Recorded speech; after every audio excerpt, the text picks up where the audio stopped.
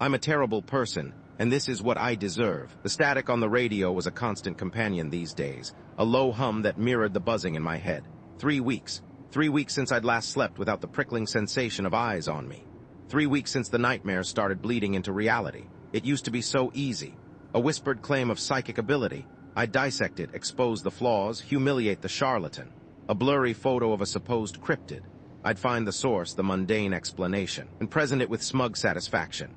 My career was built on debunking, on tearing down the flimsy scaffolding of belief that held up the irrational. I was a god of reason, a champion of logic. Now logic was failing me. The nightmares were always the same, or variations on a theme: a churning sea, a windswept coastline, and a figure in the distance, always just out of focus, beckoning, and the smell. A cloying, sickly sweet odor like rotting seaweed and something else, something indescribably ancient.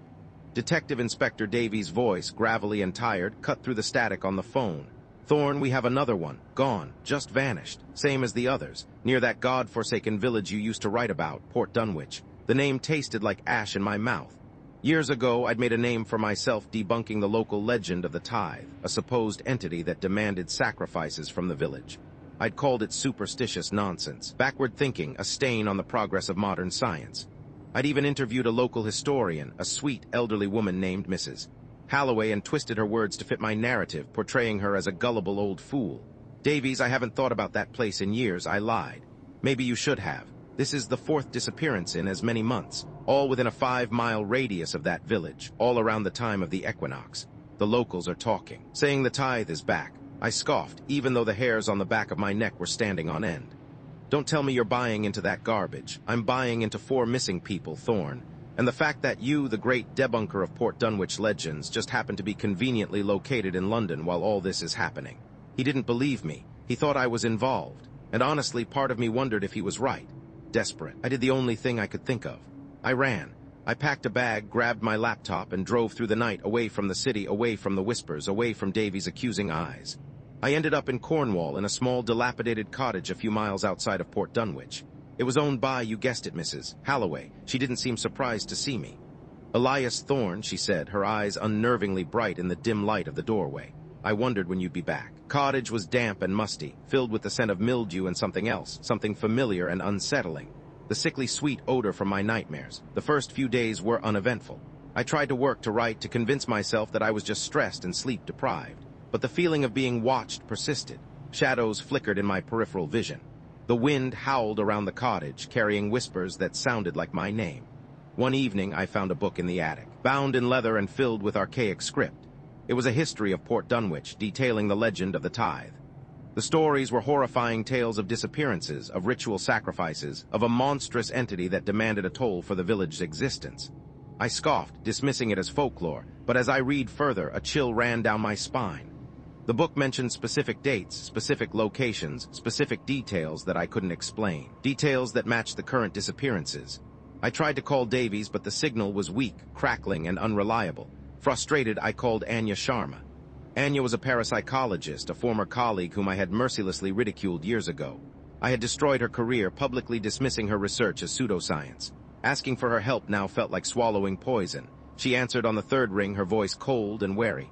"Thorne, what do you want?" "Anya, I need your help. I think I made a mistake about Port Dunwich, about the Tithe." There was a long silence, you think, she finally said, her voice dripping with sarcasm. "After years of denouncing me, after ruining my reputation, you suddenly think you might have been wrong. Just listen, please. People are disappearing. There's something wrong here. I need your expertise." "My expertise? The expertise you so readily dismissed." "I don't think so, Thorne. You made your bed. Now lie in it." She hung up. I slammed the phone down in frustration. I was alone. That night, the nightmares were worse than ever. I dreamt of the figure on the coastline, now clearer, closer. It was tall and gaunt, its features obscured by shadows, but its eyes burned with an ancient, malevolent intelligence. And the smell, the sickeningly sweet odor, was overwhelming. I woke up screaming, drenched in sweat. The cottage was silent, but I could still feel the presence, the watchful eyes. Driven by a desperate need to understand, I started researching the local landmarks. I visited the stone circle on the cliffs, a collection of ancient monoliths that stood sentinel against the sea. I explored the crumbling chapel, its walls covered in moss and lichen, its interior filled with an unsettling silence. Everywhere I went, I felt the presence, the feeling of being watched, and the disappearances continued. A local fisherman, a tourist, a child, each disappearance more gruesome than the last. Davies called again, his voice strained. "Thorne, we found something near the stone circle. Something you need to see." I met him at the site. The air was thick with the smell of salt and decay. He led me to a shallow pit hidden beneath a pile of rocks. Inside were bones, human bones. "These are from the missing people," Thorne, Davies said, his eyes narrowed, and something else. Animal bones, arranged in a ritualistic pattern. He pulled out a small, intricately carved stone amulet. "Recognize this?" I did. It was the same amulet I had seen in the old book. "The symbol of the Tithe. We found it near your cottage, Thorne. You're our prime suspect." I tried to explain, to tell him about the nightmares, about the presence, about the book. But he didn't believe me. He thought I was insane. That night I couldn't sleep. I paced the cottage, my mind racing. I had to find a way to prove my innocence, to stop the disappearances. Driven by a hunch, I started searching the cottage. I tore apart the floorboards, ripped down the wallpaper, searched every nook and cranny, and then I found it.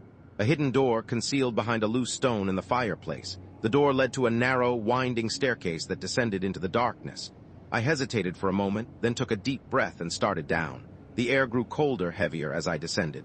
The smell of decay intensified. Finally, the staircase opened into a small, circular chamber. The chamber was lit by a single flickering candle, casting grotesque shadows on the walls. The walls were covered in ancient symbols, the same symbols I had seen in the book, the symbols of the Tithe. And in the center of the chamber was Mrs. Halloway. She was chanting in a low, guttural voice, her eyes closed, her face contorted in a strange expression. Around her were several villagers dressed in dark robes, their faces hidden by hoods. "You shouldn't be here, Elias, Mrs. Halloway said, her eyes snapping open. "This is not for you to see."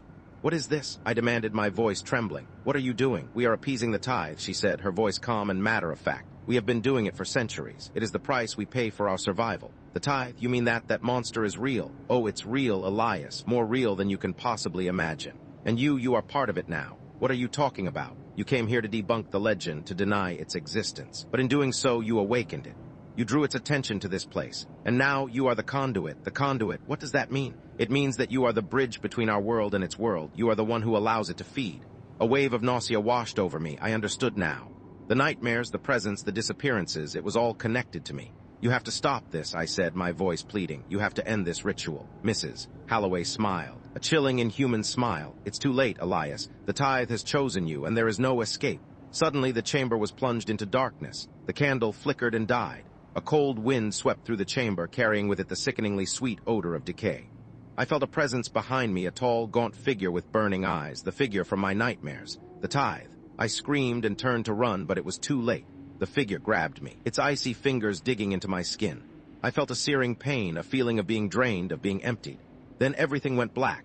I woke up on the beach, the waves crashing around me. The storm had passed. The sky was clear. I was covered in blood, my clothes torn and ragged. My head throbbed. I couldn't remember what had happened, but I knew it was something terrible.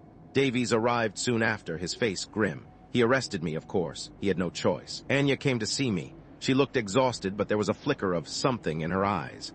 "Pity, regret. I tried to tell you, Elias," she said softly. "I tried to warn you, but you wouldn't listen." "What happened?" I asked, my voice hoarse. "What was that thing?" She shook her head. "I don't know, Elias, and I don't think I want to know. Some things are better left undisturbed." I was released a few days later, deemed mentally unstable. The disappearances had stopped, but the village was still shrouded in an eerie silence. I went back to my apartment in London. I tried to forget, to move on, but I couldn't. The nightmares continued. The presence lingered. I saw shadows in the corners of my eyes, heard whispers in the wind. One night I was standing in front of the mirror, brushing my teeth. I looked up and saw something flicker behind my reflection, something tall and gaunt with burning eyes. I stared into the mirror, my heart pounding. The flicker disappeared. I was alone, but I knew it was still there, waiting, watching. And I knew deep down that I deserved it. I'm a terrible person, and this is what I deserve.